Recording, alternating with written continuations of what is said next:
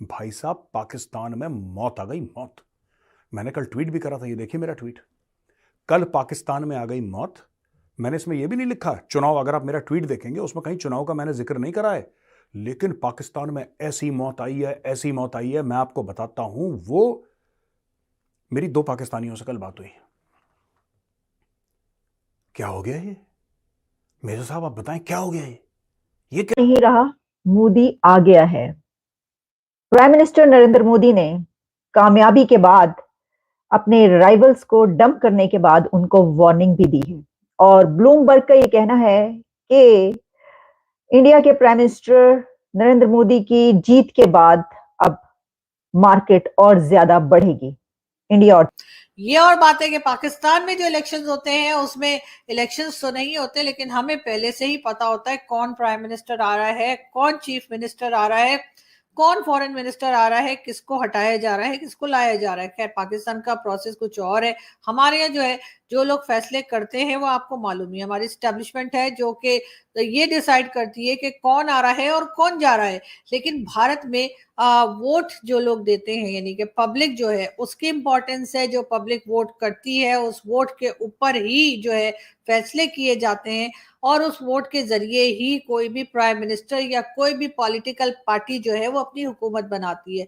इसी तरीके से हमने ये देखा कि जो पीएम मोदी हैं, वो जी उससे पहले चीफ मिनिस्टर रह चुके हैं गुजरात के, और उसके बाद एज अ प्राइम मिनिस्टर भी वो काम कर रहे हैं, और तकरीबन काफी लंबा उनका एक्सपीरियंस बताया जा रहा है। ऑलमोस्ट 30 इयर्स का एक्सपीरियंस उनका इस तरह से काम करने का हो गया है कि पहले वो चीफ मिनिस्टर रहे और उसके बाद प्राइम मिनिस्टर रहे, और फिर आगे भी यही कहा जा रहा है कि एक बार फिर 2024 में जो इलेक्शंस होंगे उसमें पीएम मोदी ही एज अ प्राइम मिनिस्टर सामने आएंगे। तार साहब, नरेंद्र मोदी जो हैं वो 2001 से लेके 2014 तक चीफ मिनिस्टर रहे। 2014 से लेके जो सिचुएशन नजर आ रही है कि अगर अगले मार्च अप्रैल में जो इलेक्शन हो रहे हैं इंडिया के अंदर वो फिर जीत जाते हैं तो 30 साल एज एन चीफ एग्जेक्टिव, 15 साल इंडिया का और 15 साल गुजरात का।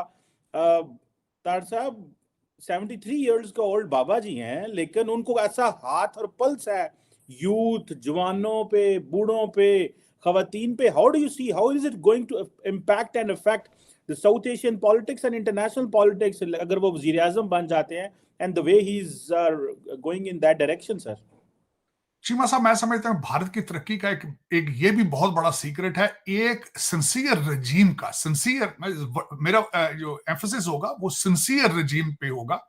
एक सिंसियर रजीम जो है वो अपनी पॉलिसीज अगर बनाती है तो उसको इंप्लीमेंट करने के लिए मेरे ख्याल में 4 साल या 5 साल is not a sufficient period. एक फिलॉसफी, एक आइडियोलॉजी, उसको इन्फोर्स करने के लिए एक लंबा पीरियड दरकार होता है। और यही मैं समझता हूं कि भारत की एक तरक्की का सीक्रेट भी यही है कि मोदी साहब जैसा उनको एक लीडर जो नेशनलिस्ट है, उन्होंने उनको लीड किया और आगे भी मजीद लीड कर रहे हैं। इकॉनमी 5वें नंबर पर है उनकी। मुझे अभी तक उनके अल्फाज याद हैं कि मैं गारंटी करता हूं कि वो विल टच द नंबर 3। अब मैं ये बताना चाहूंगा खासकर इलेक्शन के हवाले से कि बीजेपी जो है, और यहाँ चीमा साहब Madhya Pradesh, I always call Madhya Pradesh as my home state even then, क्योंकि जसदीप सिंह इज फ्रॉम मध्य प्रदेश। मैं हमेशा इंदौर जाता हूँ, अभी भी इस ट्रिप पर मैं when I am going to India I will be spending 2 days there.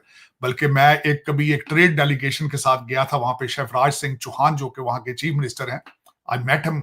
और Bhopal, I went to Bhopal at the same time. Jasdeep family is in politics, वो भी बीजेपी से थे, वो भी उनके जो रिलेटिव हैं। मध्य प्रदेश और उसमें मध्य प्रदेश में, तेलंगाना में, छत्तीसगढ़ में, और सिर्फ एक वाहिद स्टेट है जिसमें कांग्रेस लीड करती नजर आ रही है, राजस्थान। जो आने वाले अब इलेक्शन है, जनरल इलेक्शंस जो है, लोकसभा के जो इलेक्शन, उसकी ये एक गारंटी है। इस इलेक्शंस ने बता दिया है कि अवाम का मूड क्या है। लेकिन मैं आपके सामने ये रखना चाहती हूँ कि बड़े ढोल बाजे बजाए गए और बहुत वहां पे जश्न मनाया जा रहा है, फूलों की पत्तियां निछावर की गई, सब कुछ किया गया। तो उसी के साथ जो है, जब मोदी साहब की स्पीच उन्होंने जो की है, विक्ट्री स्पीच जिसको कहते हैं, तो उस विक्ट्री स्पीच में जहां उन्होंने उन राइवल्स जिनको डंप किया, उन्होंने बुरे तरीके से शिकस्त दी है, ऐसी जबरदस्त डिफीट दी है, उनके लिए उन्होंने वार्निंग भी दी। तो मैं अभी अपने इस वक्त के प्रोग्राम में उनकी स्पीच वैसे है बड़ी जबरदस्त, यानी सारी स्पीच ही जो है वो सुनने के लायक है, या मैं आपके लिए चला सकूं तो मैं इस वक्त सिर्फ एक पार्ट चलाऊंगी जो मैं बात कर रही हूँ अपने इस प्रोग्राम में। जो मैंने देखे ना, ये जो विन है उनकी, विक्ट्री है, इसके कई एक एंगल्स हैं, उस पर बहुत सारी हम बातें कर सकते हैं, लेकिन इस वक्त मैं सिर्फ उस पर बात करूंगी कि जो ये बात की जा रही है ब्लूमबर्ग इंटरनेशनल मीडिया इसको कैसे देख रहा है, और दूसरा ये कि उन्होंने ये जीतने के बाद, राइवल्स को डंप करने के बाद जो ये कहा है कि वार्न किया, वो क्या है। तो पहले मैं आपको सुनवाई देती हूँ कि उन्होंने कहा क्या है, कैसे उन्होंने धमकी दी अपने मुखालफिन को। पहले सुन लो, मैं सारे कह रही हैं जेड़े जेड़े मुखालफिन है मोदी साहब के साथ, सुन लो वो की कह रहे हैं।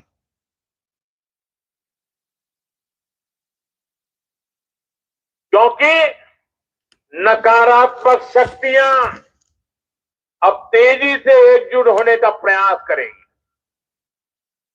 देश को बांटने वाली ताकतें अब एड़ी चोटी का जोर लगाएगी। समाज में खाई पैदा करने वाले हम नए मौके तलाशेंगे। हमें उनसे मुकाबला भी करना है, उनके फेक नैरेटिव को जवाब भी देना है, लेकिन उससे बढ़कर हमें जनता के यकीन को बनाए रखना है। तो ये उन्होंने वार्न किया है और ये बात कही है, लेकिन ये देखिए, हम काफी अरसे से ये बात कर रहे हैं, और अब कल से जब से इस विक्ट्री की खबर आई है, सुबह ही मैंने जब ये खबर मिली थी, मैंने आपके लिए प्रोग्राम एक लाइव कर दिया था, वो आप देख लीजिएगा उसी वक्त। तो तभी से कहा जा रहा है कि दरअसल ये जो विक्ट्री है ये मरहून मिन्नत है, ये डिपेंड करती है बीजेपी के उस लीडर को कि जिस लीडर की बिना पर उसका जो मुल्क है वो इतनी आगे जा रहा है। तो हर कोई ये कहता हुआ दिखाई दे रहा है कि दरअसल ये विन जो है ये पॉपुलैरिटी है मोदी साहब की, कि जिस बिना पर उनकी पार्टी ये जीती है। तो मैंने पहले भी कहा था कि देखें, कोई फिगर होता है ऐसा, वो लार्जर देन लाइफ बन जाता है। और इस वक्त सिर्फ जो मुकाबला है ना, मैंने तो पहले ही कहा था ये कि मुकाबला अब मोदी साहब का उनके राइवल्स के साथ, जो लोकल राइवल्स हैं उनके साथ ऐसा सच नहीं है, उनका मुकाबला अब दुनिया के लीडर के साथ है, जो कुछ उन्होंने कर दिखाया। लेकिन इसमें जो जिसपे हमने बात करनी है वो ये है कि जो कि हम ये हमेशा बात करते हैं और हम कंपैरिजन भी करते हैं पाकिस्तान और इंडिया का। जैसा कि हम देख रहे हैं कि पाकिस्तान के जो काफी अरसे से बात की जा रही है कि जनाब जब इलेक्शंस होंगे तो उसके बाद जो है वो सब कुछ ठीक हो जाएगा और जो इकोनॉमी है वो भी बेहतर हो जाएगी। यही वजह है कि इलेक्शंस को जो है अनाउंस किया गया, अब वो सब जो है तैयारियां हो रही हैं। लेकिन हम ये देख रहे हैं कि जो इंडिया में ये जो विन है, इसके ऊपर इंटरनेशनल मीडिया ये कह रहा है, ब्लूमबर्ग की इस वक्त मेरे सामने रिपोर्ट मौजूद है जिसमें ये कहा गया है कि जो मोदी की ये विक्ट्री है, ये स्टेट पोल में ये फ्यूल देगी इंडिया की मार्केट को। इंडिया की मार्केट और ज्यादा आगे जाएगी और ज्यादा बढ़ेगी और ज्यादा जो है वो तरक्की करेंगे और उनका जो बिजनेस है और ज्यादा फ्लरिश करेगा।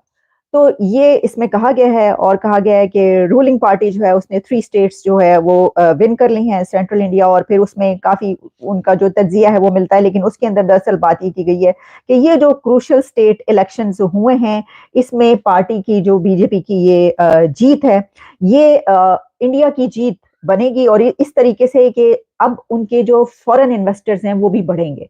यानी दरअसल आप इसको ऐसे ले सकते हैं कि इसको मीडिया, इंटरनेशनल मीडिया ऐसे देख रहा है कि क्योंकि यही पार्टी जो रूलिंग पार्टी है, इसी के अदवार में, इसी के इक्तदार के दौरान जो है वो इंडिया यहाँ तक पहुंचा है और इस तरीके से जंप लगाई है उसने।